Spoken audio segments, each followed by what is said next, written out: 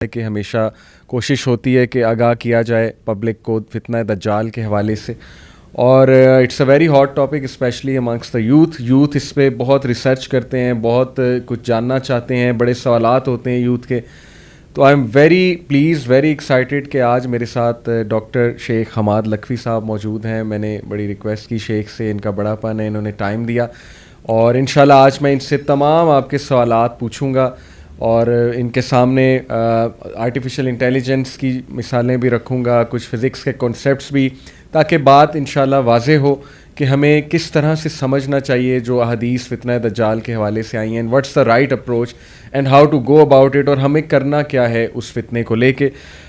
شیخ جزاک اللہ خیر and welcome and السلام علیکم. جی وعلیکم السلام ورحمۃ اللہ. کیسے ہیں آپ؟ خیریت سے ہیں؟ ٹھیک ہیں؟ آپ کی مصروفیت ماشاءاللہ اللہ آپ کو بہت برکت دے، اللہ آپ کو آپ کے علم میں عمل میں اضافہ کرے. شیخ آپ کی محبت ہے یوتھ کلب سے، آپ ٹائم دے دیتے ہیں، اس کے لیے بہت ہم شکر گزار ہیں آپ انوائٹ کرتے ہیں، یہ آپ کی مہربانی ہے. جزاک اللہ خیر شیخ. سو ٹاپک آپ کو بھی پتہ ہے یوتھ کا one of the favourite topics ہے، آل دو اس کے بارے میں نے سنا ہے رسول اللہ صلی اللہ علیہ وسلم جب بات کرتے تھے تو بہت سیریس انداز میں صحابہ کو وارن کرتے تھے، یہاں تک میں نے پڑھا ہے کہ ان کی آنکھیں وائڈ ہو جاتی تھیں، چہرے پہ چہرہ سرخ ہو جاتا تھا، اور صحابہ کہتے تھے ہمیں ایسے لگتا تھا کہ ابھی پیچھے سے دجال حملہ کر دے گا، نکل کے آ جائے گا. تو شیخ سب سے پہلا سوال تو بڑا کامن سا سوال یہ کہ یہ کنفرم ہے کہ یہ ایک شخص ہی ہوگا اور اس کا ایک نظام بھی ہوگا، کیونکہ اس پہ بھی کچھ ڈفرینس لاتے ہیں لوگ، یہ میں چاہتا ہوں اس میں ہم ڈسکس کریں سب سے پہلے. بسم اللہ الرحمن الرحیم. دیکھیں دجال کو جب ہم لفظی طور پر دیکھتے ہیں نا تو وہ دجل سے ہے، اور اس کا مطلب دھوکہ دینے والا، اور دجل کا مطلب دھوکہ ہوتا ہے، دجال کا مطلب بہت بڑا دھوکے باز. صحیح ہے، صحیح.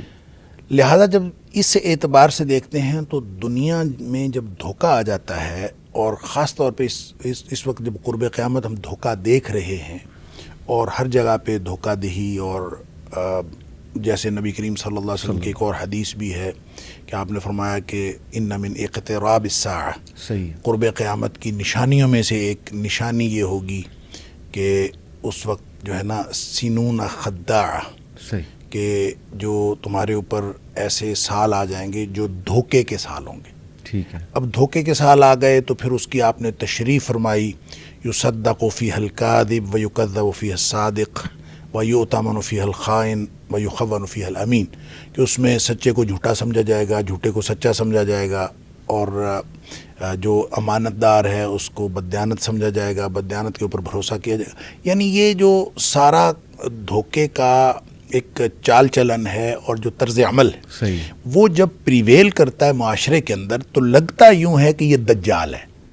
یعنی ہم یا عوام الناس جو ہیں وہ یہ سمجھنے میں اس حد تک حق بجانب ہوتے ہیں کہ جب ہر طرف ہی دھوکہ ہے، صحیح، اور کوئی شخص ہمیں سچا ملتا ہی نہیں ہے، لوگ جو ہیں وہ دھوکے باز، ہر شخص دھوکہ دے رہا ہے، ہر شخص بے ایمانی کر رہا ہے، تو دجال بھی تو بے ایمانی ہی کرے گا، تو شاید یہ پوری تہذیب جو ہے اس کا نام دجال ہے.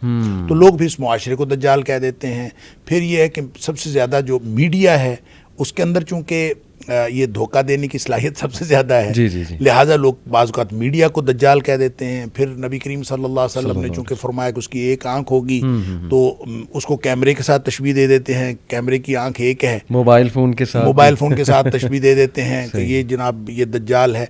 علی ھذا القیاس، یعنی اس طرح سے لوگوں کو اپنے جو ویوز اپلائی کرنے میں اور احادیث سے جو مطلب اخذ ہوتا ہے اس کو اپلائی کرنے میں لوگوں کے اپنے تجربات شامل ہیں. صحیح، اور لوگ اپنے تجربے کی وجہ سے یہ چیزیں جو ہیں اس کے ساتھ اٹیچ کر دیتے ہیں. وگرنہ آپ نے جو بات کہی نبی پاک صلی اللہ علیہ وسلم کی احادیث سے بالکل واضح ہے کہ وہ شخص ہوگا، وہ ایک آدمی ہوگا، اس کا باقاعدہ ماں باپ کے گھر پیدا ہوا ہوگا، اور اس کی ایک شخصیت ہے. صحیح، اور اس شخصیت کے ہونے کا ایک جو ثبوت ہے، دیکھیں یہ نو ڈاؤٹ کہ نبی پاک صلی اللہ علیہ وسلم بہت ڈراتے تھے اس فتنے سے، بلکہ آپ نے فرمایا کہ آدم علیہ السلام کی تخلیق سے لے کر قیامت کے وقوع پذیر ہونے تک سب سے بڑا فتنہ. بالکل ٹھیک. اب دیکھیں وہ سب سے بڑا فتنہ اسی وجہ سے ہے کہ وہ لوگوں کو دھوکہ دے گا. بالکل.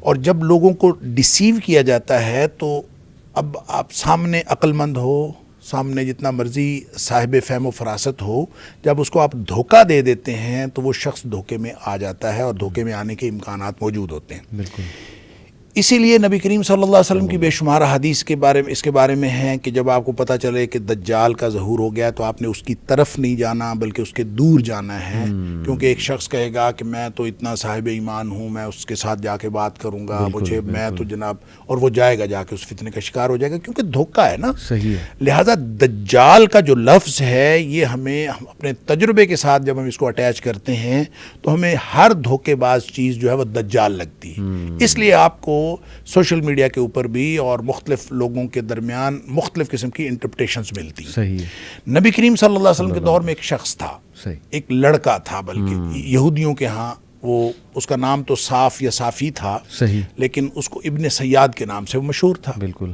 بالکل۔ تو اب اس کے بارے میں صحابہ کرام نے باقاعدہ نبی کریم صلی اللہ علیہ وسلم سے یہ عرض کیا کہ اس کے اندر ہم کچھ چیزیں ایسی دیکھتے ہیں جو عام نہیں ہیں، عام لوگوں میں نہیں ہوتی، لہٰذا ہمارے خیال میں وہ دجال ہے۔ بالکل ٹھیک۔ تو نبی کریم صلی اللہ علیہ وسلم تشریف لے گئے، آپ نے اس کے ساتھ گفتگو کی۔ اس کا مطلب یہ ہے کہ نبی پاک صلی اللہ علیہ وسلم کا اس کو کنسیڈر کرنا، وہ دجال تھا کہ نہیں تھا، اس کے بارے میں آگے بہت ساری احادیث ہیں، وہ دجال تھا کہ نہیں تھا یہ ایک الگ بات ہے، ٹھیک ہے، لیکن نبی کریم صلی اللہ علیہ وسلم نے اس کو کنسیڈر کیا، آپ نے اس کے ساتھ گفتگو کی، حتیٰ کہ وہ کوئی کہانت وغیرہ کرتا تھا، یعنی تھا تو یہودیوں کی اولاد، لیکن وہ کوئی کسی سے کہانت سیکھی تھی یا اس کے پاس کوئی ایسی چیز تھی، کہانت کہتے ہیں کسی چیز کا حساب لگا لینا، بالکل صحیح، اور وہ حساب لگا لیتا تھا، اس کو کوئی قدرتی صلاحیت تھی یا جو بھی کچھ تھا، تو وہ ایک ایسی بات کرتا تھا جس سے لوگوں کو شک ہوتا تھا کہ یہ کوئی مافوق الفطرت قسم کی چیز۔ صحیح، اس لیے صحابہ کرام نے نبی پاک صلی اللہ علیہ وسلم سے فرمایا، آپ نے جا کے نا امتحان لینے کے لیے آپ نے یہ فرمایا بھی کہ آپ نے فرمایا کہ تم بتاؤ کہ میں نے دل میں کیا چیز سوچی ہے، صحیح، تو وہ آگے سے کہنے لگا دخ۔ اچھا، نبی کریم صلی اللہ علیہ وسلم فرماتے ہیں میں نے دخان یعنی دھواں سوچا تھا، اور اس شخص نے ایسی ہی بات اس سے ملتی جلتی بات گیس کر لیا اس نے، یعنی اس نے ایک بہرحال اس کا گیس جو تھا قریب تھا، تو آپ صلی اللہ علیہ وسلم نے فرمایا کہ اس سے آگے تو نہیں جا سکتا، گویا حتمی علم تو اللہ کے پاس ہوتا ہے، اور یہ تک بندی کر لیتے ہیں لوگ جو حساب کتاب لگاتے ہیں کاہن وغیرہ، تو اس نے ایسی بات کر لی۔ اس کے بعد وہ شخص کافی دیر زندہ رہا، وہ یعنی عمر فاروق رضی اللہ تعالیٰ عنہ کے دور میں بھی تھا، اور لوگ جو ہیں اس کے بارے میں بعض لوگوں نے تو صحابہ کرام کے بیانات آتے ہیں کہ ہم نے تو کنفرم سمجھا ہوا تھا کہ یہی دجال۔ اس پر پھر ابو سعید خدری رضی اللہ تعالیٰ عنہ کی ایک حدیث جو ہے وہ ہمیں اس کے بارے میں ایک رہنمائی فراہم کرتی ہے۔ حضرت ابو سعید خدری رضی اللہ تعالیٰ عنہ فرماتے ہیں کہ ہم حج کے لیے گئے تو ساتھ وہ بھی تھا۔ اچھا، تو راستے میں کسی جگہ میں بیٹھے تو کہتے ہیں کہ مجھے اس سے، ابو سعید خدری رضی اللہ تعالیٰ عنہ، مجھے اس سے نفرت تھی، میرا دل کرتا تھا کہ یہ نا کہیں دور بیٹھے، تو اس نے کہیں سامان جو ہے دوسرے درخت کے نیچے، میں نے کہا دھوپ ہے اپنے درختوں کے نیچے بیٹھ جائے تو تاکہ دور ہو جائے، بالکل ٹھیک، تو وہ بیٹھ تو گیا دور، صحیح، تو پیاس ہمیں لگی ہوئی تھی، اس نے اپنی بکری کا دودھ دوہا، صحیح، اور لا کے مجھے پیالے میں پیش کیا۔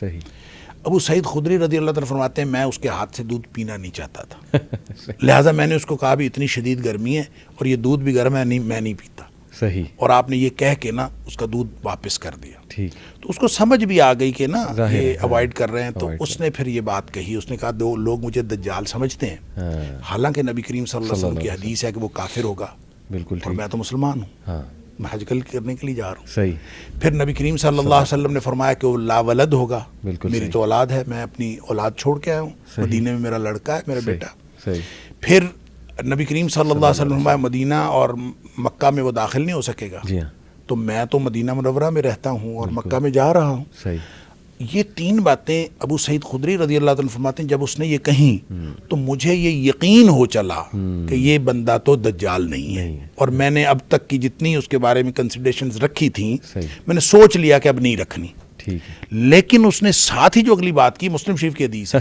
اس نے جو اگلی بات ساتھ ہی کر دی کہ اس نے کہا البتہ مجھے پتہ ہے کہ دجال کہاں پیدا ہوا ہے، دجال کے پیدا ہونے کے بارے میں مجھے معلوم ہے، اور یہ بھی معلوم ہے وہ کہاں ہے، صحیح، بس وہ کہتے ہیں یہ بات اس نے کی تو ابو سعید خدری رضی اللہ عنہ مجھے فرماتے ہیں مجھے پھر اس بارے میں شک ہو گیا.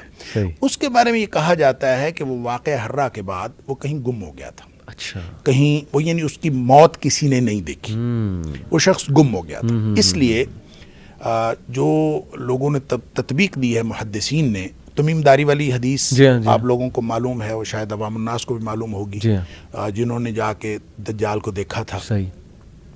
تو ان دونوں احادیث کو تطبیق دیں, اور اس طرح کی یہ جو ابن سیاد والی ساری, ابن سائد بھی اس کو بعض لوگ کہتے ہیں, اس کو آپ تطبیق دیں تو جو نتیجہ نکلتا ہے, جو علماء نے نتیجہ نکالا ہے وہ یہ کہ یہ شخص جو تھا نا, یہ کوئی غالباً شیطان تھا. اچھا. شیطان کا کوئی پرتو تھا, اور اس کا کنیکشن تھا اس شخص کے ساتھ, دجال کے ساتھ. اچھا. وہ جو اصل دجال ہے یہ دجال نہیں تھا, ٹھیک ہے, لیکن اس کا کنیکشن اس کے ساتھ تھا, اس کے ساتھ. اور یہ پھر دوڑا بھی وہاں سے ہے. اور بعض نے کہا کہ شیطان نے ایک انسانی روپ دھارا ہوا تھا. صحیح.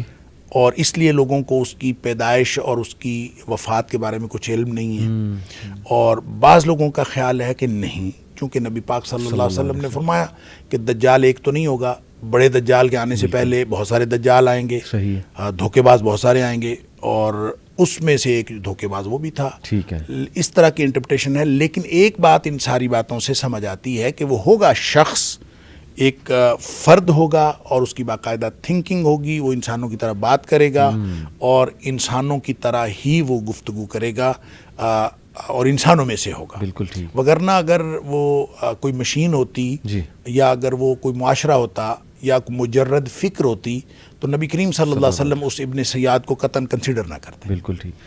جزاک اللہ, بڑی ڈیٹیل میں آپ نے بتایا. ایک سوال میرے ذہن میں آ رہا تھا, بلکہ کسی نے مجھ سے پوچھا بھی تھا کہ اگر صحابہ ابن سیاد کو دجال کنسیڈر کر رہے تھے, تو دجال کی تو فزیکل کریکٹرسٹک اتنے واضح ہیں, آنکھ کا جو ذکر ہے کہ ایک آنکھ تو جو ہے وہ اس طرح گریپ کی طرح پروٹیوٹ کر رہی ہوگی, تو کیا ابن سیاد پہ وہ فزیکل کریکٹرسٹک پورے اتر رہے تھے جو صحابہ نہیں اتر رہے تھے؟ یہی تو میں کہہ رہا ہوں, نہیں اتر رہے تھے. اسی لیے تو صحابہ کرام شک میں مبتلا تھے کہ اس کے اندر کچھ خصوصیات تھیں. ایک بات. دوسری بات یہ ہے کہ نبی پاک صلی اللہ علیہ وسلم نے جتنی دجال کی نشانیاں بتائی ہیں, وہ کوئی ایک ہی فہرست میں تو نہیں بتا دی. آپ مختلف اوقات میں بتاتے رہے. اب ہمارے پاس کمپائل ہو کے وہ ساری موجود ہیں. بالکل. لیکن اس وقت جب ابن سیاد موجود تھا, اس وقت کچھ نشانیاں بتائی تھی, کچھ نہیں بتائی تھی. البتہ کافر والی تو تھی. یہ جو مسلم شریف کی حدیث میں خود وہ کہہ رہا ہے, ابو سعید خدری رضی اللہ عنہ کی روایت کے مطابق وہ خود کہہ رہا ہے کہ نبی پاک صلی اللہ علیہ وسلم کافر ہوگا, میں تو مسلمان ہوں. تو اس کا مطلب یہ نشانیاں تو تھیں. بالکل ٹھیک. کچھ لوگ یہ کہتے ہیں کہ دیکھیں تمیم الداری کی حدیث سے تو ثابت ہو رہا ہے کہ دجال پیدا بھی ہو چکا ہے, موجود بھی ہے, ایک جزیرے میں قید بھی ہے. کیا یہ بنی اسرائیلی روایت ہے, صحیح حدیث ہے کہ وہ بانجھ اس کے ماں باپ ہوں گے, کافی عرصے سے بچہ نہیں ہو رہا ہوگا, تو پھر دجال وہاں پیدا ہوگا اور ینگ ایج میں باہر نکلے گا؟ تو کیا اس نے پیدا ہونا ہے دوبارہ سے, یا وہ پہلے سے موجود ہے؟ یہ تھوڑا سا کنفیوژن ہوتا ہے. پیدا ہونے کے بارے میں تو کوئی صحیح حدیث نہیں ہے. صحیح ہے کہ نبی پاک صلی اللہ علیہ وسلم ایسی کوئی بات فرمائی ہو کہ وہ پیدا ہوگا فلاں جگہ ہوگا. ٹھیک ہے. البتہ جو تمیم داری والی روایت ہے, اس کو نبی پاک صلی اللہ علیہ وسلم نے انڈورس کیا ہے کہ دجال ہی تھا. اور وہ جب وہ دیکھ کے آئے ہیں, مل کے آئے ہیں, پھر اس نے جو نشانیاں پوچھیں وہ بھی نشانیاں نبی کریم صلی اللہ علیہ وسلم نے بتائی ہیں. بالکل ٹھیک. اور اس کا مطلب یہ ہے کہ وہ شخص پیدا ہو چکا ہے, اور کہیں پہ اس کو کسی جگہ پہ قید ہے, یا اس کو خاص موقع پر اس کا ظہور کے لیے, کیونکہ جتنے بھی الفاظ احادیث میں آتے ہیں کہیں بھی یہ نہیں آیا کہ وہ پیدا ہوگا. صحیح. ظہور ہوگا. اور ظاہر اس چیز کا ہوتا ہے جو پہلے خفیہ ہو, مخفی ہو, اور مخفی چیز ظاہر ہو جائے. بالکل ٹھیک. اور اس لیے دجال کے بارے میں جتنی دفعہ بھی نبی پاک صلی اللہ علیہ وسلم فرمایا, ظہور کی بات ہی ہے. حتیٰ کہ مسلمانوں کے وہ جو قسطنطنیہ کے اوپر مسلمان جو ہیں وہ حملہ آور ہو رہے ہوں گے, اور مسلمان وہاں پہ یعنی فتح حاصل کریں گے, تو ان کو بتایا جائے گا کہ پیچھے سے دجال کا ظہور ہو گیا ہے, اور وہ واپس دوڑیں گے, حالانکہ دجال کا ظہور نہیں ہوا ہوگا. تو وہ واپس دوڑیں گے. تو ظہور ہر جگہ پہ ظہور کی بات ہے. بالکل. اس کا مطلب ہے کہیں مخفی ہے. تو تمیم داری رضی اللہ تعالیٰ والی جو حدیث ہے وہ اس کو انڈورس کرتی ہے کہ وہ کسی جگہ پہ موجود ہے, اور ایک خاص وقت میں وہ ظاہر ہوگا. آپ نے بھی ایک بات کی کہ ہو سکتا ہے وہ شخص اس سے ملاقات میں ہو, ملتا ہو, تو اسی کو بیسس بنا کے کچھ لوگ یہ کہتے ہیں کہ آج بھی کچھ ہڈن تنظیمیں جیسے فری میسنز الومناٹی کا ذکر کرتے ہیں کہ وہ لوگ بھی ملاقاتیں کرتے ہیں دجال سے، ہو سکتا ہے ایجنڈا بھی لیتے ہوں، کسی جزیرے میں قید ہے، ابھی اسے آنے کی اجازت نہیں ہے، لیکن جس طرح کے حالات بن رہے ہیں اسپیشلی ویسٹرن سویلائزیشن کو دیکھا جائے تو 9/11 کے بعد وہ پھر سارے ریلیشن کرتے ہیں کہ میں آپ کو جیسے بتاتا ہوں ان کے دلائل، سارے لوگوں کے میں دلائل سامنے رکھتا ہوں کہ 9/11 کے بعد ایک بہت بڑا فتنہ پھیلا. وہ کہتے ہیں کہ صحیح مسلم میں وہ حدیث میں بھی ہے کہ وہ فتنہ جو ہے وہ عربز کو اسپیشلی اپنی گھیر میں لے لے گا، اس میں بہت قتل و غارت ہوگی، اس میں اٹیک کیا جائے گا مسلم لینڈز پہ، اور اس میں یمن، شام اور عراق یہ 3 علاقے خاص طور پہ یہاں خانہ جنگی ہوگی، یہاں پہ سینکشنز لگائی جائیں گی. وہ ساری حدیث ریلیٹ کر کے پھر یہ کہ دجال کے 3 سال آنے سے پہلے قحط سالی ہوگی، پھر یہ بھی وہ حدیث لاتے ہیں کہ 6 سال پہلے ایک بہت بڑی وار ہوگی، آرمگیڈون ہوگی. تو ان ساری چیزوں کو سامنے رکھتے ہوئے کہتے ہیں کہ یہ جو 2001 کے بعد ابھی تک کا دور چل رہا ہے یہ پری دجالک ایک آپ کہہ لیں دور ہے. اب اس کا صرف فزیکل آنا رہ گیا.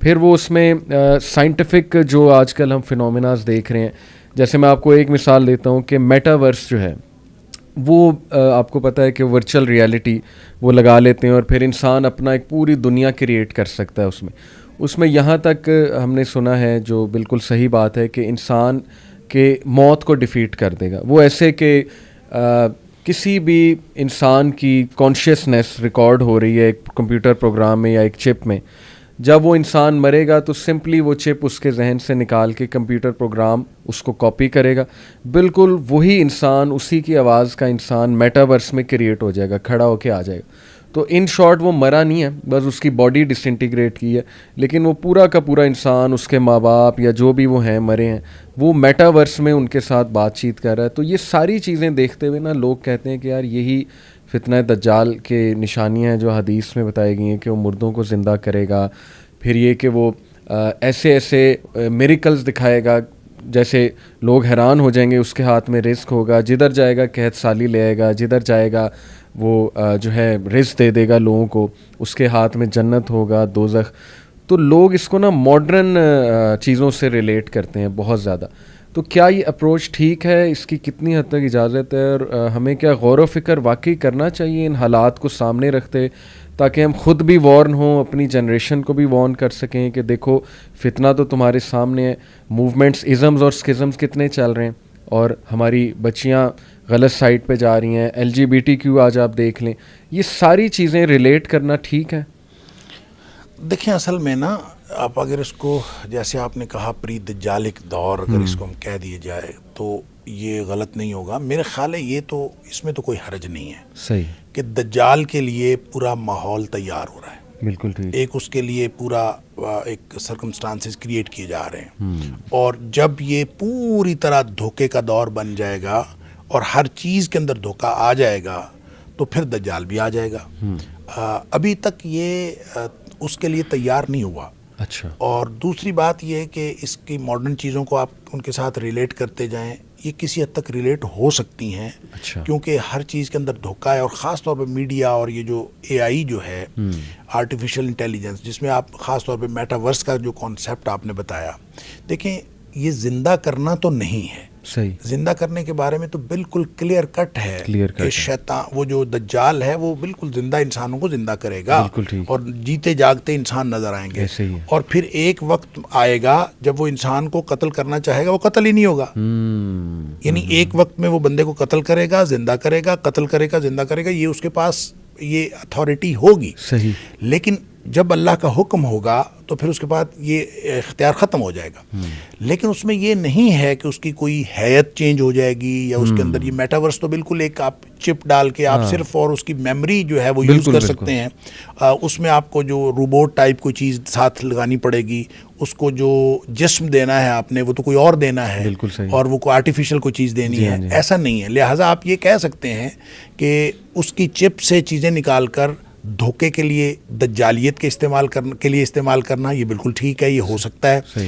AI جو ہے اس سے بڑا یعنی جو اس وقت انفارمیشن ٹیکنالوجی اور جو ڈیجیٹل ٹیکنالوجی جس مقام پر پہنچ چکی ہے، اب آپ کی ہی تصویر آپ کی ہی ویڈیو، آپ کی ہی آواز، اس پہ ایک نئی بالکل جو ہے نا وہ آڈیو بنائی جا سکتی ہے، اور آڈیو کریٹ کی جا سکتی ہے، آواز بھی آپ کی ہوگی، تصویر بھی آپ کی ہوگی، اور آپ ہی تقریر کر رہے ہوں گے، لیکن وہ گفتگو اصل میں آپ کی نہیں ہوگی، تو یہ کی جا سکتی ہے۔ اب اس سے بڑا دھوکہ اور کیا ہو سکتا ہے؟ میری بھی تقریر ہو، آپ کی بھی تقریر ہو،